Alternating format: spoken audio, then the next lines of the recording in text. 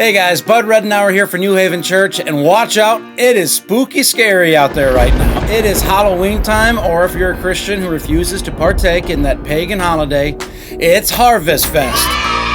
Ayo! I know. And there's no better Harvest Fest than a costume dance party. Let's dance!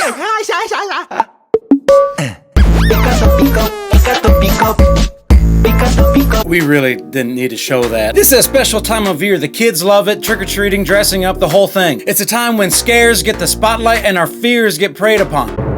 Whoa! Oh! Is that stupid? Look, for the Christian, God gave us a spirit not of fear, but of power and love and self-control. So I'd like to quickly give you 3 scriptures on fear and how we overcome it or even exercise it. So grab your favorite costume. I am Batman. Oh boy, how does this work? What? Activate tactical scan. What is happening? Voice changer activated. And let's get started. Number 1, remember who is your God. When we let the fear of illness, death, money issues, the coming election, or just whatever the future might bring hinder us from moving forward in faith, then we're not trusting in God and in His right hand, His righteous right hand to uphold us. Remember who is our God. Let's practice Isaiah 41 verse 10. So do not fear, for I am with you. Do not be dismayed, for I am your God. I will strengthen you. I will help you. I will uphold you with my righteous right hand.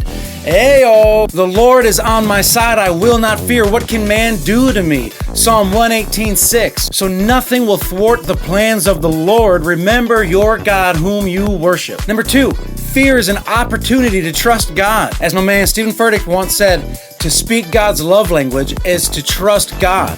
Can you see him? There he is. When we are fearful, we can turn it into an opportunity to speak God's love language by trusting Him. Psalm 56 verses 3 and 4 says, when I am fearful, when I am afraid, I will trust in you. In God I have put my trust. I will not fear what can flesh do to me. Look, this is pretty simple, but it ain't easy, I know. That's why we need to replace negative conversations with prayer. We need to replace worrisome thoughts with praise, and the news media with God's word. And then number 3, no Christian will ever be completely rid of fear. And yes, that's a good thing. Listen, I'm not talking about the type of fear that replaces faith.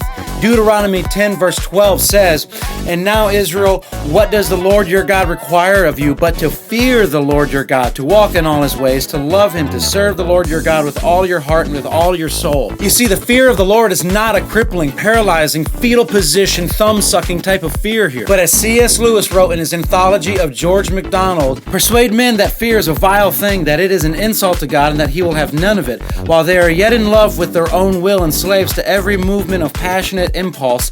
And what will be the consequence?